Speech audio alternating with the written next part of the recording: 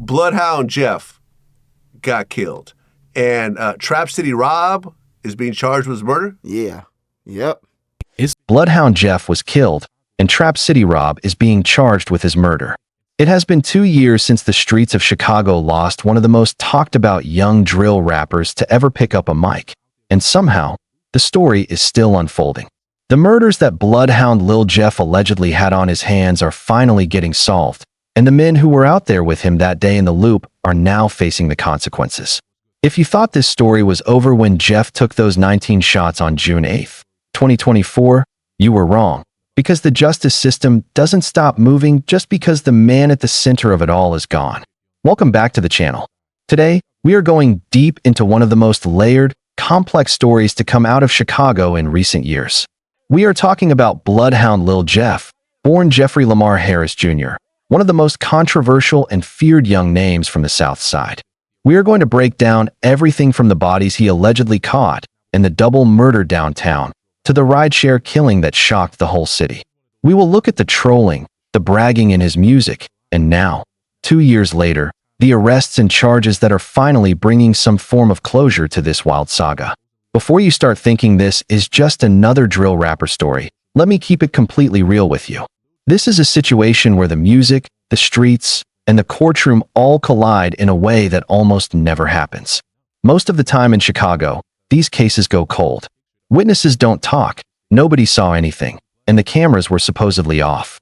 But in Lil Jeff's story, the police had surveillance footage, social media posts, and most importantly, Lil Jeff himself put a lot of this on record in his own music and on Instagram Live. The streets have been talking since 2023, and now the courts are finally catching up. Let's start from the beginning, because you need the full picture to understand just how deep this goes. Who was Bloodhound Lil Jeff, and why did the whole culture know his name?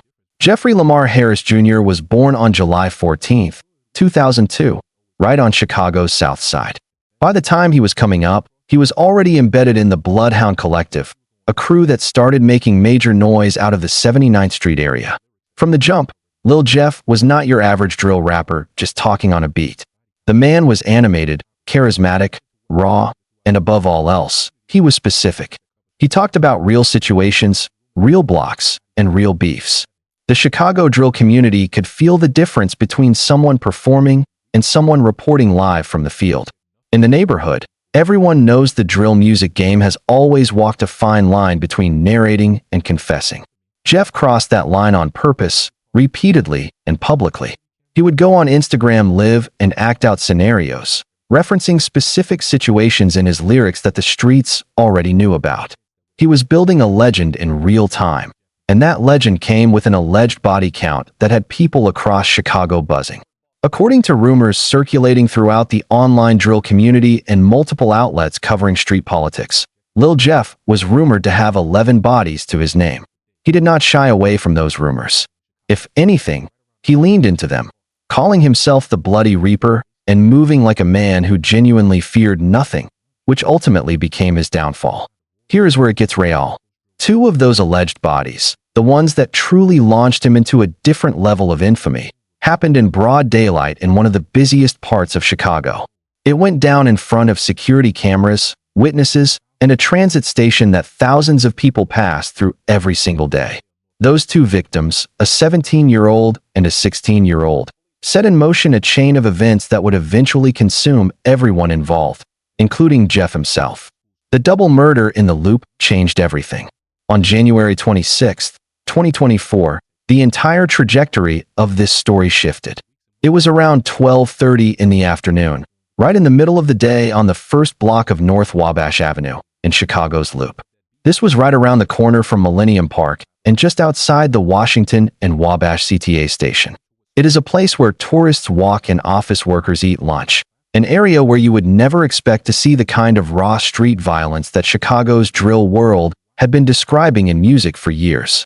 The 2 young men who lost their lives that afternoon were Montario Williams, known as BCam Monty, who was 17, and Robert Boston, known as Lil Rob, who was 16. They were childhood friends and students at Innovations High School, which sat just a couple of blocks away on North State Street. Having grown up together on the near West Side, they were doing exactly what high school students do on a typical afternoon. They were outside on their lunch break, walking, talking, and living their lives. Without street context, you only get half the story. In the weeks and months leading up to January 26th, a beef had been brewing between the Bloodhound camp and the BCAM Nitty Block crew that Monty and Rob were affiliated with. At the center of that beef was something that might sound small to outsiders, but represents the ultimate disrespect in street culture. According to reports across multiple platforms, Monty and Lil Rob had allegedly gotten into a dispute with Lil Jeff over some jewelry, specifically 2 watches or a chain. The key detail making this situation even more layered is that the jewelry Jeff was wearing was reportedly fake replica costume jewelry. Monty and Rob, whether they knew it or not, took that jewelry from him anyway. For someone with Jeff's reputation and the image he was building in the drill scene, getting robbed of anything, even something fake, is a violation that demands a response. In that world, it is not about the monetary value. It is about the statement that you were caught slipping. If you don't respond when someone takes something from you, your reputation starts to crack, and Jeff was not the type to let anything crack. What happened on January 26, 2024, was not random. This was organized, targeted, and executed in one of the most public places in the entire city of Chicago, proving how little Jeff and his people cared about being seen. According to prosecutors, a dark blue stolen Infiniti SUV pulled up to the area in front of the transit elevators outside Innovations High School. 3 masked men jumped out, and for approximately 15 seconds, those gunmen opened fire on a group of students outside. 15 seconds of gunfire in the middle of the loop at 12:30 in the afternoon left the area in chaos. A 25-year-old woman who just happened to be walking by had a bullet pierce her coat sleeve, falling directly into the lining. She was a random bystander who almost lost her life just by being in the wrong place at the wrong time. Montario Williams and Robert Boston were both struck, rushed to the hospital, and pronounced dead. They were just 17 and 16 years old, childhood friends gone because of a beef that escalated over jewelry.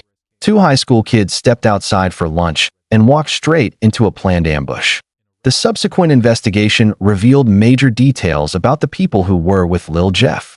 This is where the police work came together in a way that is rare for Chicago murder cases, which often go cold.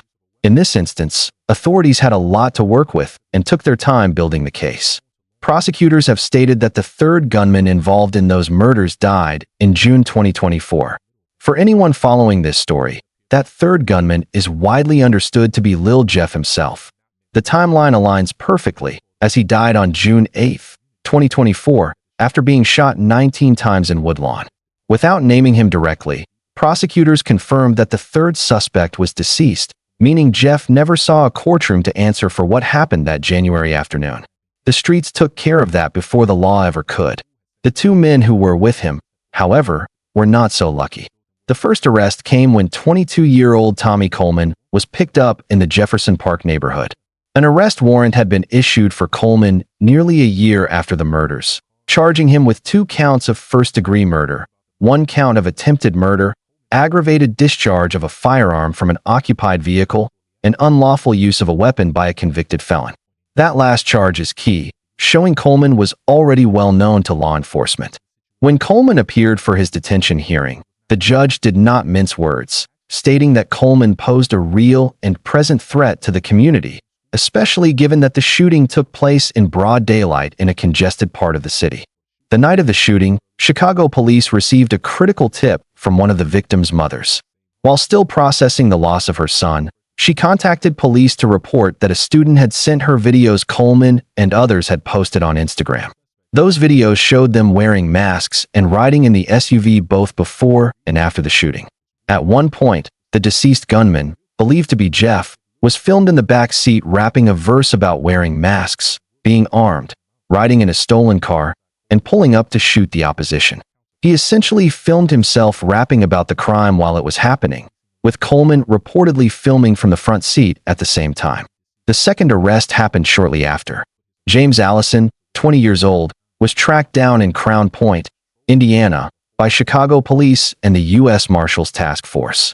Allison's connection to the situation was deeply personal, as he was actually a classmate of Monty and Lil Rob at Innovations High School. He knew these boys and walked the same hallways.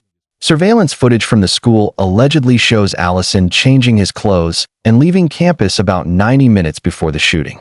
He left school early, got into the SUV, and allegedly participated in the murder of his own classmates. Allison was charged with 2 counts of first-degree murder, attempted murder, aggravated discharge of a firearm, and unlawful possession of a weapon. Phone records from all 3 suspects showed their devices tracking together before, during, and after the killings, while license plate readers captured the vehicle's movement. If Lil Jeff had not been killed in June 2024, he would have been arrested right alongside Coleman and Allison. He would be sitting in a Cook County holding cell right now, facing 2 counts of first-degree murder and the prospect of spending the rest of his life behind bars. Instead, he became the 3rd unnamed, deceased suspect in a prosecution that is going to put his alleged co-conspirators away for a very long time. Now let's look at the murder of Jaleel Goins, the young man the streets knew as Trap City Leo. This situation truly exposes what the beef between Bloodhound and Trap City was built on, showing a side of Lil Jeff that made people genuinely uncomfortable, even in a culture where tough talk is standard. It was a Sunday evening on June 25, 2023, around 8:55 p.m. in the 1300 block of West Taylor Street in Little Italy. This wasn't the deep South Side. It was an area near the University of Illinois Chicago campus where college students gather on summer nights. 19-year-old Jaleel Goins was riding in the back of a Lyft vehicle when someone walked up to the car and shot him through the window. The rideshare driver rushed Goins to the hospital, but it was too late. He was pronounced dead, never making it out of that car alive. Witnesses nearby described the chaos. One resident waiting nearby heard roughly 20 gunshots and dove behind a bench for cover, thinking she had been hit herself. Another neighbor heard the shots from her bedroom and pressed herself against the wall, noting that bullets don't have eyes. While this looked like another tragic, senseless shooting to outsiders, the drill community knew exactly what it meant. Jaleel Goins was affiliated with Trap City, a group locked in an escalating conflict with Bloodhound. The 2 sides had been trading disrespectful lyrics, social media callouts, and real-world confrontations for some time. Following the death of Jaleel Goins, Lil Jeff separated himself from almost everyone else in the scene through pure, unapologetic trolling. He didn't just rap about the incident or reference it in a verse. He went on camera and physically acted out the killing, pantomiming the walk up to the vehicle and the motion of shooting. He essentially reenacted the murder of Trap City Leo for the entire internet to see. Trolling opposition after a loss is nothing new in hip-hop, but Jeff took the Leo situation to a different level. He wasn't just bragging, he was demonstrating. By putting himself in the position of the shooter so publicly and in such detail, he sent a direct taunt to everyone affiliated with Trap City. It was the kind of move that issues a challenge his body eventually had to answer for. When Jeff slid into Woodlawn territory on June 8, 2024, and walked into an ambush, those accounts came due. In Chicago street beefs, mocking the death of someone's friend or crew escalates the situation completely. It signals to the opposition that you are not only responsible, but proud and unbothered. Trap City monitored every piece of content Jeff put out, including the reenactments, the music, and the Instagram lives. The mocking of Trap City Leo, combined with the loop double murder and a rumored body count of 11, made Lil Jeff one of the most actively targeted individuals in the city. He knew it, too. You could hear it in his music, with tracks containing lines that read like a man who understood exactly what he was walking toward. The only remaining question was when and where it would happen. On Saturday afternoon, June 8, 2024, at 5:14 p.m., the situation reached its climax in the 6900 block of South Rhodes Avenue in Woodlawn. Lil Jeff was out with a couple of associates, reportedly sliding into Trap City territory. According to surveillance footage that later surfaced online, Jeff was seen dressed in all black, chasing someone up onto a porch or stairwell. He was on the offensive as the aggressor. Somewhere in that sequence, the situation flipped, and individuals inside or nearby returned fire. Lil Jeff was struck 19 times, with 16 bullets hitting his chest. He collapsed near the sidewalk, unresponsive, and was pronounced dead at the University of Chicago Medical Center at 21 years old. An autopsy later revealed the presence of fentanyl, cocaine, and alcohol in his system. The drill community's reaction was immediate and loud, with the Bloodhound Collective posting their grief publicly. Fans across the country who had followed the group felt the loss, drawing comparisons to King Von, another Chicago rapper whose raw aggression and specific storytelling made him a compelling voice until his life was cut short.